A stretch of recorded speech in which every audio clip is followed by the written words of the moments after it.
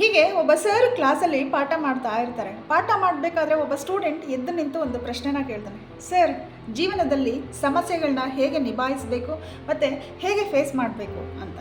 ಆಗ ಸರ್ ತಮ್ಮ ಹತ್ರ ಇರೋ ಒಂದಷ್ಟು ವೈಟ್ ಶೀಟ್ಸ್ನ ಅಲ್ಲಿರೋ ಮಕ್ಕಳಿಗೆಲ್ಲ ಕೊಡ್ತಾರೆ. ಮಕ್ಕಳ, ಆ ವೈಟ್ ಶೀಟ್ನ ಓಪನ್ ಮಾಡಿ ನೋಡಿ, ಅದರಲ್ಲಿ ಏನಿದೆ ಅಂತ ಹೇಳಿ ಅಂತ. ಮಕ್ಕಳೆಲ್ಲ ವೈಟ್ ಶೀಟ್ನ ಓಪನ್ ಮಾಡಿ ನೋಡ್ತಾರೆ. ಅದರಲ್ಲಿ ಒಂದು ಬ್ಲ್ಯಾಕ್ ಸರ್ಕಲ್ ಇರುತ್ತೆ.